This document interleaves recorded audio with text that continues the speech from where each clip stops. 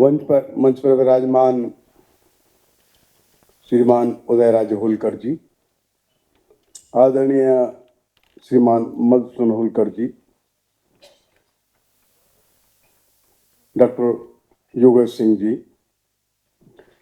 श्रीमती विमला मेहरा जी, doctor उपासना जी और इस सभागृह में उपस्थित आदरणीय बंधुओं, माताओं और बहनों, अब सभागृह में जो उपस्थित लोग हैं वे लोक माता अहिल्याबाई जी के जीवन के संबंध में कुछ न कुछ तो आप जानते हैं। सामान्य बातें लगभग सभी के मन मस्तिष्क में है,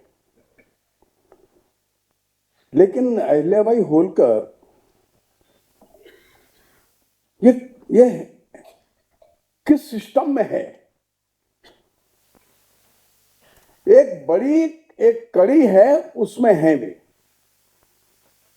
अगर हम प्रसंगों को ध्यान में नहीं रखेंगे तो भूल होगी।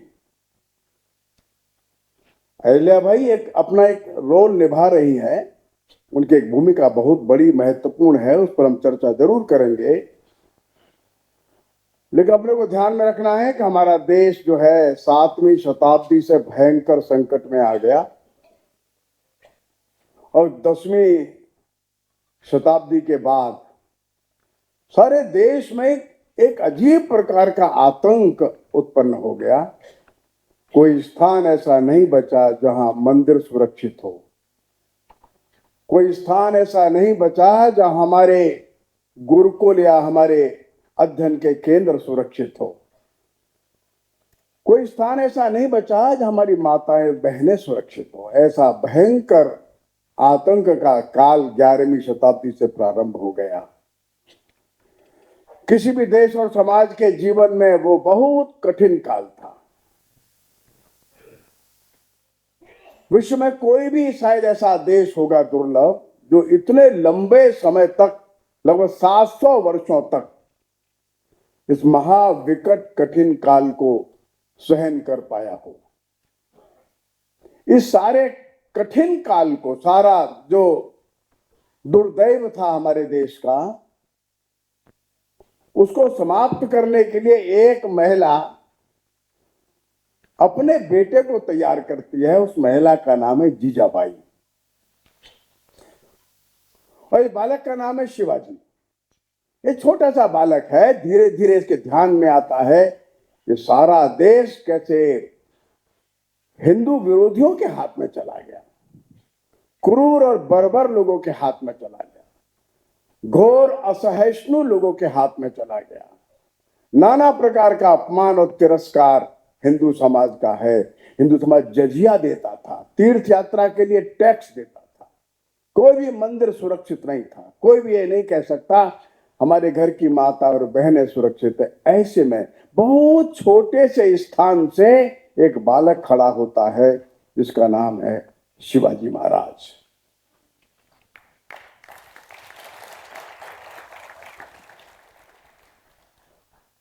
और ये चारों तरफ के शत्रुओं से लड़ता है। इधर बीजापुर का आदिल शाह है, इधर निजाम है, उधर गोलकुंडा है, इधर बीदर शाही है, अहमद शाही है, दिल्ली और आगरा में बैठा हुआ मुगल बादशाह है। बड़ी चतुराई से लड़ते लड़ते, संघर्ष करते करते शिवाजी महाराज ने एक छोटा सा राज्य स्थापित कर लिया और 1674 में हिंदू पद पातशाही की स्थापना हो गई। लेकिन लंबे समय भी नहीं रह पाए। 1680 में शिवाजी महाराज चले गए। लेकिन जो उन्होंने हिंदुत्व के लिए अलख जगाई थी वो तेजी से आगे बढ़ी।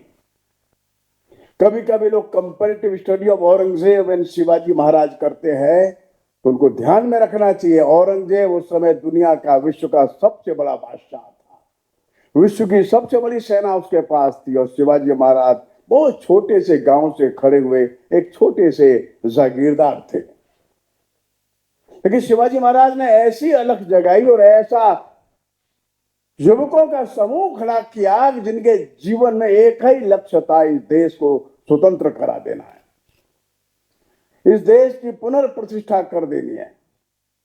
और बढ़ते बढ़ते शिवाजी महाराज की 1680 में मृत्यु हो गई और औरंगजेब 26 वर्षों तक दक्कन में जाकर के मराठा शक्ति को नष्ट करने के लिए लड़ता रहा, औरंगाबाद में मर गया। अगर तुलना करनी तो अब देखिए आप, 1680 में बहुत छोटी सी एक साम्राज्य की स्थापना करके शिवाजी महाराज चले गए और बड़े विशाल साम्राज्य का औरंगजेब 26 साल तक लड़ता रहा उस छोटे से साम्राज्य के लोगों के साथ। अब कल्पना करिए, छोटे साम्राज्य के लोगों के मन में कौन सी बात होगी कि विश्व की सबसे बड़ी शक्ति से टकरा रहे थे और 26 वर्षों तक औरंगजेब लड़ते लड़ते अंततोगत्वा महाराष्ट्र में मर गया। 26 साल तक वो दिल्ली नहीं आ सका। वो जो प्राण है शिवाजी महाराज के अनुयायियों के अंदर, वो जो जीवनी शक्ति है, वो जो उत्साह है, उमंग है, वो अपने देशवासियों की प्राण प्रतिष्ठा और सम्मान को फिर से लाने के लिए है, आतताई शक्ति से लड़ने के लिए है। और देखिए वो शक्ति बढ़ती चली गई और एक दिन ऐसा आया, ये हिंदवी साम्राज्य पूना से लेकर के बंबई तक और पूना से लेकर बंगाल तक, पूना से लेकर के तमिलनाडु तक और पूना से लेकर के दिल्ली के दरवाजे तक दस्तक देने लगा। यद्यपि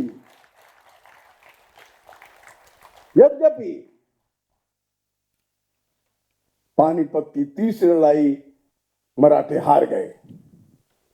या दिल्ली के लोग बैठे हैं, लड़ाई पास में पानीपत में ही हुई थी, वो पूना से आए थे। पूना से 3 लाख लोगों को लेकर के भी आए थे और बाहर से आए आक्रमणकारी अहमद शाह अब्दाली के साथ उनका संघर्ष था। उनको क्या मिलने वाला था यहां? आप कल्पना करिए, किसके लिए आए थे पूना से लड़ने के लिए? वो सारे देश के स्वातंत्र के लिए लड़ने के लिए पूना से 2500 किलोमीटर दूर से आकर के पानीपत में युद्ध लड़ रहे थे, हार गए। 1.5 लाख लोग मारे गए, महाराष्ट्र के हर घर का एक नौजवान मर गया और फिर शक्ति लेके खड़े हुए, फिर अफगानिस्तान की सीमा तक जाकर के जीत करके आए। मराठा साम्राज्य, हिंदवी साम्राज्य अपनी प्रचंड शक्ति के साथ खड़ा हो गया। इतने बड़े साम्राज्य को एक केंद्र से चलाना कठिन हो गया। एक केंद्र बना पूना, वहां पेशवा था। एक केंद्र बना कोल्हापुर और सतारा, वहां राजा थे। एक केंद्र बना बड़ौदा, वहां गायकवाड़ था। एक केंद्र बना ग्वालियर, यहाँ सिंधिया था। एक केंद्र बना नागपुर, जहाँ भोंसले थे। एक केंद्र बना इंदौर, यहाँ होलकर था। होलकर इस महान हिंदवी साम्राज्य का एक हिस्सा था, ध्यान रखिए।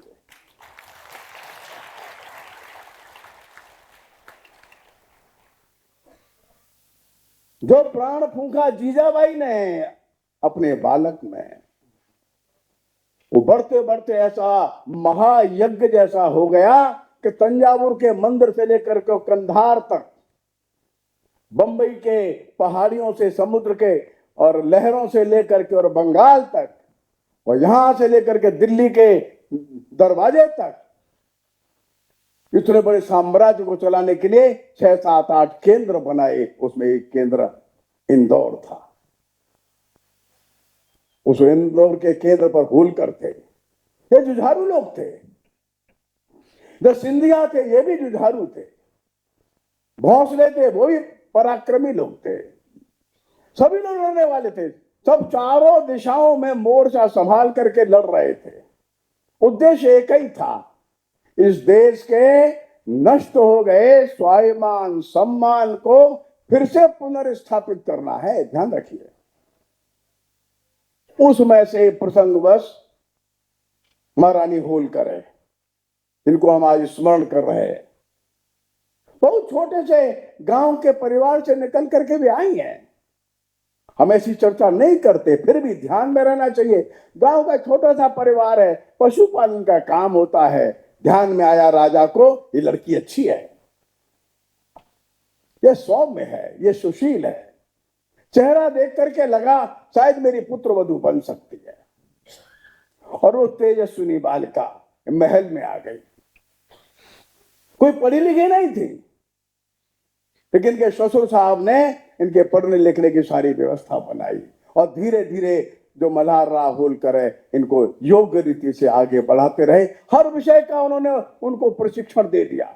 घोड़े पर बैठ के लड़ा कैसे जाता है, शासन चलाया कैसे जाता है, न्याय किया कैसे जाता है, दरबार कैसे लगाया जाता है, टैक्स कैसे वसूला जाता है, जनता को हम कैसे न्याय दिला सकते हैं, महिलाओं का सम्मान, बच्चों की शिक्षा, विद्वानों का सम्मान, रोजगार, व्यापार, सब बातों में अहिल्याबाई धीरे धीरे बड़ी कुशल हो गई। हम लोग जानते हैं उनके जीवन में दुख तो बहुत थे, वो सब चर्चा उस बिटिया ने हमारे सामने करी है। योगा योग ऐसा, पति भी बहुत योग्य नहीं थे, कर कोई बात नहीं, तो ससुर साहब गुजर गए, पति गुजर गए, और उनका दामाद भी गुजर गया, बेटी भी गुजर गई, लेकिन उन्होंने हिम्मत नहीं छोड़ी। पारिवारिक जो दुख था, कष्ट था, उसको उन्होंने अपनी व्यवस्थाओं के मध्य में नहीं आने दिया। लेकिन अब दूसरा स्वरूप जो है वो अहिल्याबाई होलकर का अपने को ध्यान में रखना है, जो बहुत महत्वपूर्ण है। वो स्वरूप है राष्ट्र की दृष्टि। हमारा देश भारत है, लेकिन भारत नाम का राज्य नहीं है कोई। हजारों साल से भारत नाम का राष्ट्र है, लेकिन ये पश्चिमी जो सभ्यता है, पश्चिमी जो ज्ञान है, जो पश्चिमी लोगों की समझदारी है, वहां राज्य और नेशन एक होता है। हमारे यहाँ राज्य जो है बहुत भिन्न है, राष्ट्र बहुत भिन्न है। भारत एक राष्ट्र है। हजारों हजारों वर्षों से हिमालय से लेकर के समुद्र तक राज्य सैकड़ों हो सकते हैं, राष्ट्र की भावना एक है। अगर राष्ट्र की भावना ये एक न होती तो इंदौर तो बहुत छोटा सा राज्य था। मैंने बताया ना, ये मराठों के सारे राज्यों में छठा हिस्सा इंदौर है।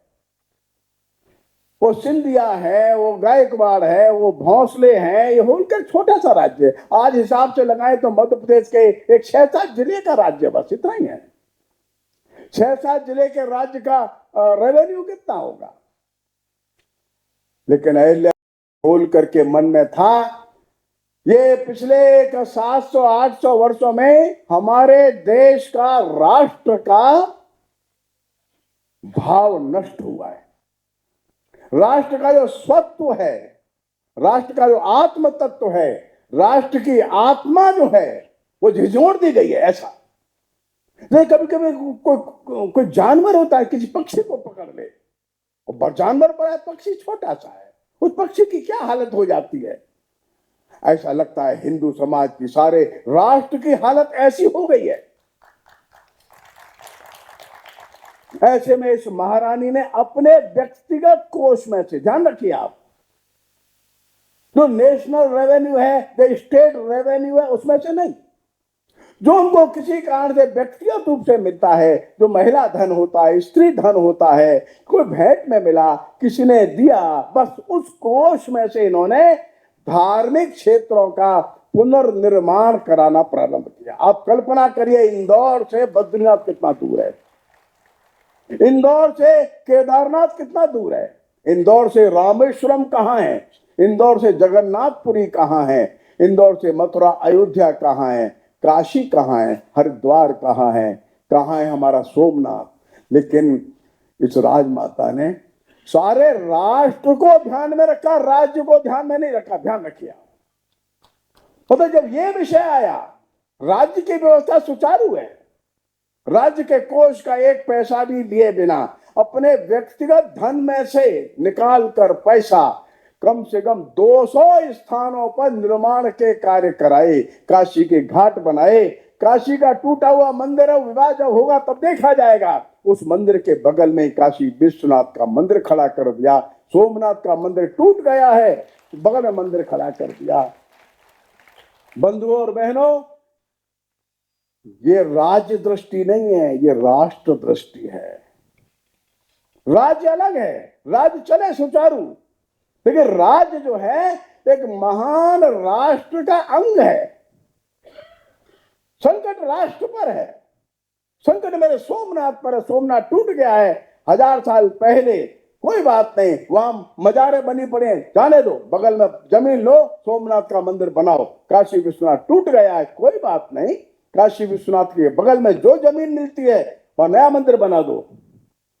इस प्रकार से किसी भी रीति से, किसी भी पद्धति से, योगायोग से जो राष्ट्र के महत्वपूर्ण श्रद्धा के स्थान थे वे अवमूल्यित हो गए, क्षरित हो गए, अपमानित हुए। उनको पुनर्मूल्य देने के लिए, उनको पुनर्मान देने के लिए, फिर से उनका स्थान महिमापूर्ण होने के लिए इस महारानी ने अपने व्यक्तिगत कोष का सारा पैसा लगा दिया। उनकी आंखों के सामने अपने हिंदू समाज का दुख था। जो दुख शिवाजी महाराज के मन में था, जो दुख और जो पीड़ा जीजाबाई के मन में थी, वही दुख और पीड़ा इस राजमाता के मन में थी। जो उद्देश्य संकल्प शिवाजी महाराज के मन में था, वही संकल्प इस महारानी के मन में था। कोई द्वैत नहीं था, ड्युअलिज्म नहीं था, कोई भ्रम नहीं था। शिवाजी महाराज होते तो वो भी यही करते। लोक माता के मन में सदैव एक ही बात थी, शिवाजी महाराज होते तो क्या करते? शिवाजी महाराज होते और शक्ति संपन्न होते तो यही करते। शिवाजी महाराज जल्दी चले गए, इनको अवसर मिला, तब तो राज्य बड़ा हो गया। राज्य बड़ा होने के बाद लोकमाता अहिल्याबाई ने वही काम किया जो जीजाबाई के मन में था, जो मन में शिवाजी महाराज के था, उसी उद्देश्य को लेकर के काम किया। एक बार शिवाजी महाराज के पास समर्थ गुरु रामदास पहुंच गए। जय जय रघुवीर समर्थ दरवाजे पर बोला। बाहर के द्वारपालों ने कहा, महाराज नहीं अंदर नहीं जाएंगे, वो राजा को कहो हम भिक्षा के लिए आए हैं। शिवाजी महाराज दौड़ करके आए और कहा, महाराज चरण स्पर्श किया। नहीं, हम भिक्षा मांगने आए थे। अरे, शिवाजी महाराज को आश्चर्य लगा, गुरुदेव भिक्षा मांगने आ गए। तो पर्ची पर लिखा, राज्य आपका। समर्थ रामदास ने पर्ची निकाल करके देखा, राज्य हमारा। समर्थ रामदास ने कहा, राज्य तुम्हारा था कब जो हमको दे दिया आपने? समर्थ रामदास ने शिवाजी महाराज को कहा, राज्य तुम्हारा था कब? राज्य तुम्हारा था क्या?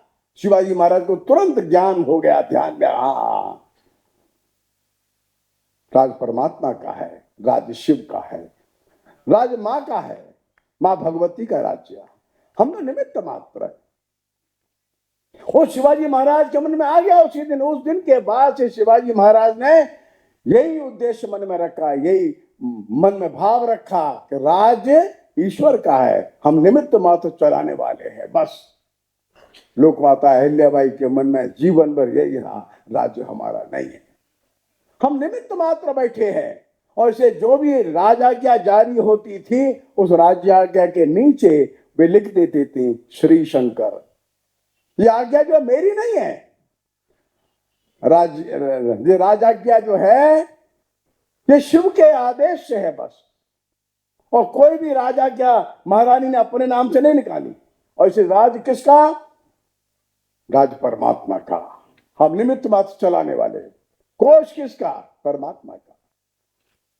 उस भाव से राज्य करना, जो भाव से शिवाजी महाराज निर्देश देके गए हैं, जो पद्धति बिठाल करके गए हैं, राज तुम्हारा नहीं है, राज परमात्मा का है, राज शिव का है, मां भवानी का राज्य है। हम तो केवल सेवक के नाते। लोकमाता अहिल्याबाई ने शिवाजी महाराज के उस स्वप्न को, शिवाजी महाराज के उन उद्देश्यों को पूरा करने के लिए उन्होंने प्रयत्न प्रारंभ किया। मेरा राज्य सुखी रहे। उनकी आंखों के सामने इंदौर नगर की योजना बनी थी। इंदौर छोटा सा गांव था। राजमाता ने बैठ करके पूरे नगर की योजना विस्तृत बनाई। आज हम जो इंदौर देखते हैं, लोकमाता अहिल्याबाई के मन का, उनके सपनों का, कल्पना का शहर है। कहाँ चौराहे बनेंगे, कहाँ धर्मशालाएं बनेंगी, मंदिर कहाँ बनेंगे, गलियां सड़कें कहाँ बनेंगी, कहाँ बाजार लगेगा। लेकिन लोकमाता अपने शासन को चलाने के लिए नर्मदा के किनारे महेश्वर पर चली गई। राज्य भी पवित्र स्थान से चले। तो इंदौर व्यापारिक शहर होगा। इंदौर अन्य प्रकार के लोगों के आने जाने के लिए रहेगा, कुछ व्यवस्थाएं वहां रहेंगे। राज नर्मदा के किनारे पवित्र तीर्थ स्थल से चलाएंगे। लोक माता ने अपनी राजधानी को महेश्वर को शिफ्ट कर दिया, स्थानांतरित कर दिया। लेकिन राज्य चलता है तो राज्य की उन्नति होनी चाहिए, राज्य की संपदा बढ़नी चाहिए। तो ये बात चल रही है, ये जो महेश्वर साड़ी, सारे देश से सबसे अच्छे बुनकर उन्होंने बुलाए, सारे देश से अच्छे रंगरेज बुलाए, सारे देश से अच्छे व्यापारी बुलाए, सैकड़ों बुनकरों को जो हथकरघा देने का काम है उसके लिए बढ़ई बुलाए, अच्छी लकड़ी का व्यवस्था की है। हजारों परिवारों में लूम लग गए, हथकरघे लग गए, हजारों परिवारों में साड़ियां, गमछे, कपड़े बनने लगे। और देखते देखते इंदौर और महेश्वर ये साड़ी का बड़ा केंद्र बन गया, सिल्क का बड़ा केंद्र बन गया। देखिए वहां सिल्क पैदा नहीं होता, पहले ऐसा व्यापार भी नहीं था। व्यापार भी बुलाए, रंगरेज बुलाए, बुनकर बुलाए, बढ़ई बुलाए, और सबको बुला करके नहीं अब व्यापार यहां होगा। देखिए ना, आज के बड़े बड़े अर्थशास्त्र के जो विद्वान है वो कहते हैं कहाँ रॉ मटेरियल कहाँ मिलेगा, वो एक्सपोर्ट कहाँ से होगा, वो इंडस्ट्री वहां, अरे कहाँ, कुछ नहीं। वहां एक जो विल पावर है वही है बस, बाकी सब बाहर का है। ला करके बड़ा व्यापार खड़ा करते, इसको कहते हैं लोक माता अहिल्याबाई। जब पुराना राघोबा उसको लगा कह इनका बेटा भी मर गया, पति भी मर गया, ससुर साहब बड़े ताकत थे वो भी मर गए, तो राघोबा को लगा चलो भाई इस राज्य पर कब्जा कर रहे। विधवा महिला है, बेटा मर गया है, अब तो बहुत तरह से जी तो बहुत अवसाद में चली गई होगी, लड़ नहीं पाएगी। राघोबा सेना लेकर के आ गया, दूर था अभी। और देखिए विश्व के इतिहास में ऐसी घटनाएं बहुत कम होती है। लोक माता ने महिलाओं को प्रशिक्षित किया। जो लोग दुनिया भर में कहते हैं भारत में महिलाओं की बड़ी अवनति है, उनको ध्यान में रखना चाहिए। अवनति के कारण है, महिलाएं ऐसी नहीं थी। लोक माता ने सैकड़ों महिलाओं को युद्ध का प्रशिक्षण दे रखा था। पीछे घुड़सवारी जानती थी, वो घोड़े पर चलते चलते कैसे धनुष से बाण निकाले जाते हैं वे जानती थी, घोड़े पर बैठ करके तलवार कैसे चलती है वे जानती थी। सैकड़ों महिलाओं की सेना उसने खड़ी कर दी। राघोबा को पत्र लिखा, मैंने सुना है, मेरे को पता चला है तुम बड़ी सेना लेकर के आए हो, लेकिन ध्यान में रखो तुम्हारा मुकाबला एक महिला से होगा, तुम्हारा मुकाबला एक महिलाओं की सेना से होगा। मैं महिलाओं की सेना लेकर के तुमसे संघर्ष करने के लिए आने वाली हूं, और कदाचित अगर तुम हार गए तो तुम्हारे चेहरे पर कैसी कालिक होगी। इसके साथ साथ अहिल्याबाई ने पुनः पत्र लिख दिया पेशवा को, राघोबा क्यों आया है यहां? क्या एक विधवा महिला से युद्ध लड़ने के लिए आया है? राघोबा ने तुरंत हार मान ली। जब पेशवा का पत्र राघोबा के पास पहुंच गया, क्यों गया है तू वहां? राघोबा पत्र लिखता है, नहीं नहीं, आपके बेटे के मृत्यु का समाचार मुझको मिला था, मैं इसलिए आया था। अरे बेटे की मृत्यु का समाचार मिला तो 50,000 सेना लेकर के क्यों आया था? वापस चला गया। तो कैसी कूटनीति भी है, रणनीति भी है, और महिलाओं की सेना को तैयार करना भी है। यहां बैठे लोगों में से शायद बहुत लोगों को जानकारी नहीं होगी, मैं वो बताता हूं। बख्तियार खिलजी जिसने नालंदा का विश्वविद्यालय जला दिया, विक्रमशिला का विद्यालय जला दिया, ओदंतपुरी का विश्वविद्यालय नाश कर दिया, बंगाल पर कब्जा कर लिया, 1206 में बड़ी सेना लेकर के वो चीन जीतने जा रहा था तिब्बत की तरफ, और इसे आसाम को क्रॉस करके जा रहा था। आसाम के लोगों से उसका मुकाबला हो गया। वहां था राजा पृथु। उस राजा पृथु ने 1207 में 1207 आसाम की 10,000 महिलाओं की सेना खड़ी कर दी। 1207, ध्यान रखिए आप। इस महिलाओं की सेना ने और पुरुषों की सेना ने मिलकर के बख्तियार खिलजी की सारी सेना को समाप्त कर दिया। आपकी जानकारी के लिए, वो आसाम की महिलाएं बड़े लंबे लंबे बांस लेकर के आई थी, और 2-2, 3-3 बांस को जोड़ करके बांध करके आगे भाले लगा कर, ऐसे एक भाले को 5-5, 6-6 महिलाएं लेकर के चलती थी। जिसे आगे 20 फुट दूर तक के व्यक्ति को मार सकेंगे। ये नई तकनीक उन्होंने आसाम में निकाली थी। एक मंदिर के अंदर घुस गया बख्तियार खिलजी, चारों तरफ से महिलाओं ने घेर लिया, मंदिर है इसलिए आग नहीं लगाना है, लेकिन इसको निकलने, रात के समय मंदिर के पीछे कूदा, नदी में कूदा, बहुत घायल हो गया, निकल करके गया, मर गया। बख्तियार खिलजी का अंत ऐसे हुआ था, महिलाओं की सेना से लड़ने के बाद अंत हुआ। क्या है? विश्व के इतिहासकार इसको जानते हैं? अरे विश्व के इतिहासकारों को छोड़ दीजिए, भारत के इतिहासकार ही नहीं जानते। और कहते हैं महिलाओं को आजादी चाहिए, महिलाएं जंजीरें में बंद है, महिला ऐसा, महिला, अरे कौन बात करता है ऐसी? हाँ, 1000 वर्षों में महिलाओं का सम्मान डिग्रेड हुआ, ये सच बात है। उसका अमूल्य हुआ, उसके कारण है। कोई भी महिला सुरक्षित नहीं थी, कारण है। हमारे रात के विवाह कहां थे? सारे विवाह दिन में थे, विवाह रात को शिफ्ट करने पड़े, कारण है ना उसके। महिलाएं, बहनें, हमारी बालिकाएं सुरक्षित नहीं थी। महिलाएं विदुषी महिलाएं थी, जो सारा विवाह का सूक्त, आज जो विवाह जो होता है वो ऋग्वेद में जिसने पद्धति दी है, लगभग 46 मंत्र होंगे, वो 46 मंत्र विवाह सूक्त वाला ये महिला ने दिया हुआ है, उसका नाम है सूर्या सावित्री। ध्यान रखिए, यहां बहुत विदुषी महिलाएं बैठी है, मैं उनके चरणों में प्रणाम करता हूं। वे सब इस बात को जानती हैं। उनके सामने बोलने की मैं धृष्टता करता हूं, यह भी मेरे लिए ठीक नहीं है, लेकिन बताना जरूरी है। जिन महिलाओं ने वेदों में मंत्र दिए, ऋचाएं दी, वो 26 महिलाएं अकेले ऋग्वेद में मंत्र देने वाली, वो यमी है, शाश्वती है, इंद्राणी है, लोपामुद्रा है, सूर्या सावित्री है, घोषा है, अपाला है। और हमको कहा जाता है महिलाओं का बहुत जीवन अच्छा नहीं है, उनको आजादी दिलानी है। अरे ये महिलाएं तो थी पश्चिम में, क्यों पुरुषों के बराबर में कभी रही नहीं। पुरुष के लिए बनाई गई, पुरुष की हड्डी में से, रिब से निकाल करके बनाई गई, पुरुष के लिए थी, तो दोयम दर्जे की तो वैसे ही हो गई। हमारे ऐसा नहीं था, वो ब्रह्म एक था, एक साथ दो में आया, एक नर था, एक नारी था, नारी में 2 मात्रा ज्यादा थी, कम नहीं थी। हर क्षेत्र में महिला थी, कौन क्षेत्र में महिला नहीं थी? और इसलिए 1000 वर्ष के कालखंड से हम तुलना न करें। 1000 वर्ष का कालखंड तो अपने को बचाए रखने के लिए था। आप कल्पना करिए, सम्राट अशोक की बेटी है, संघमित्रा इसका नाम है। ये संघमित्रा हजारों किलोमीटर दूर अपना क्षेत्र छोड़कर, कलिंग छोड़कर लंका जाती है। आप कल्पना कर सकते हैं?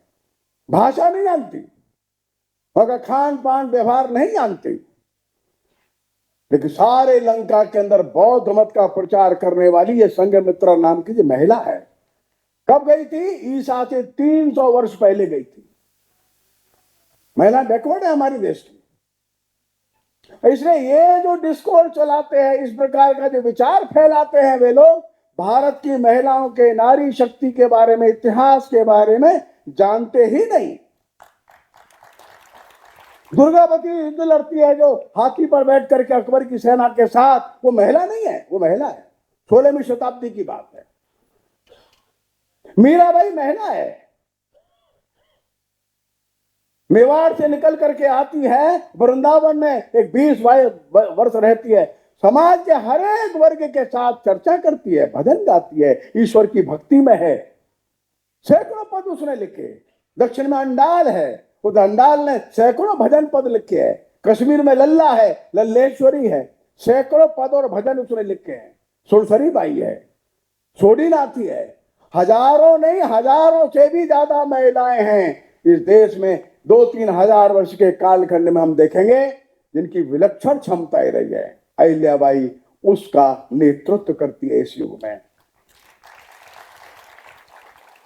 और से एक और प्रशासन की क्षमता उनके अंदर विशेष है, ढीलापन नहीं, न्याय दिलाने की व्यवस्था विशेष है।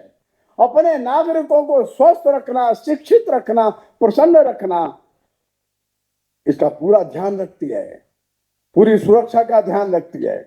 एक बार सिंधिया को आवश्यकता पड़ गई पैसे की, तो 30 लाख रुपया राजमाता ने वहां दिया। और उस युग में दिया 30 लाख, जबकि सिंधिया राजा तो बड़े राजा थे, सिंधिया कोई छोटे राजा नहीं थे, लेकिन पैसा मांगने के लिए और लोकमाता अहिल्याबाई के पास उन्होंने समाचार भेजा था, हम इसको ध्यान में रखें। अनेक ऐसे प्रसंग आए तो मुस्लिम फकीरों ने जमीन मांगी और राजमाता ने वो जमीन जो है मुस्लिम फकीरों को दी। वो साम्राज्य ऐसा नहीं था जैसा कि हम लोग 700-800 वर्षों में देखते हुए चले आ रहे थे। श्रीमती एनी बेसेंट ने लोकमाता के बारे में एक पैराग्राफ लंबा लिखा है। एनी बेसेंट बहुत बड़ी महिला थी, बहुत बड़ी विदुषी महिला थी, काशी उनका केंद्र था, विदेश से आकर के भारत में बस गई थी और हिंदुत्व के बारे में ही उनका सारा चिंतन चलता था। वे लिखती हैं, इंदौर की इस महान शासक ने अपने राज्य में सभी को अपना सर्वश्रेष्ठ करने के लिए प्रोत्साहित किया है।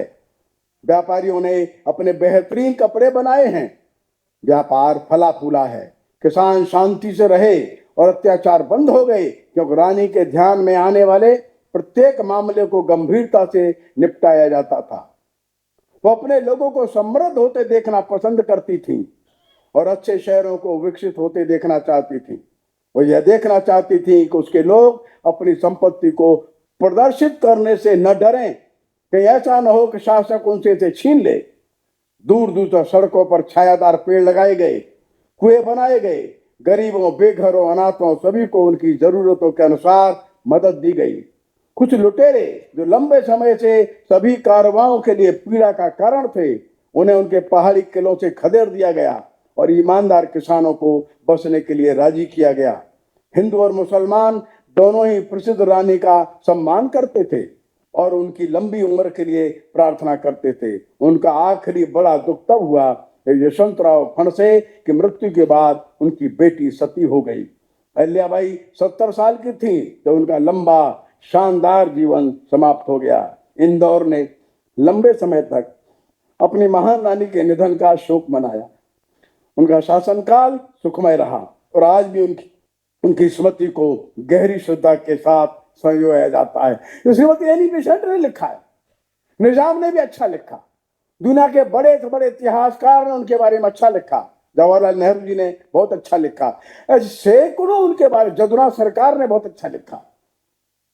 कोई ऐसा शासक होता है जिसके बारे में सर्वसम्मति अच्छी होती है। अहिल्याबाई उस विलक्षण श्रृंखला में से एक है जिनके बारे में किसी के पास भी एक शब्द भी खराब नहीं था। सबके पास था तो उनके लिए शुभकामनाएं थी, सबके पास था तो उनकी प्रशंसा ही प्रशंसा थी। ऐसे बहुत सामान्य से घर से उठकर वो बालिका आगे बढ़ती है, एक बड़े राज्य की महारानी बन जाती है, लेकिन सारा जीवन त्यागमय, एक साधनामय, एक साध्वी जैसा बिताती है। और हम समझते हैं एक भारत की नारी का सर्वश्रेष्ठ आदर्श उन्होंने प्रस्तुत किया। उनका स्मरण करें और लोगों को ध्यान में दिलाएं। भारत की नारी शक्ति का एक आदर्श है जीजा मां, और दूसरा आदर्श है अहिल्याबाई। वो उसी श्रृंखला में है जो काम शिवाजी महाराज ने प्रारंभ किया है, उसी कार्य की पूर्ति हेतु अहिल्याबाई यहाँ पर अपना पूरा जीवन समर्पित करती है। हिंदवी साम्राज्य और हिंदू समाज स्वाभिमान सम्मान के साथ फिर से इस देश में आनंद से रहे, उसी कड़ी को पूरा करने के लिए अहिल्याबाई हमारे सामने थी। नमस्कार।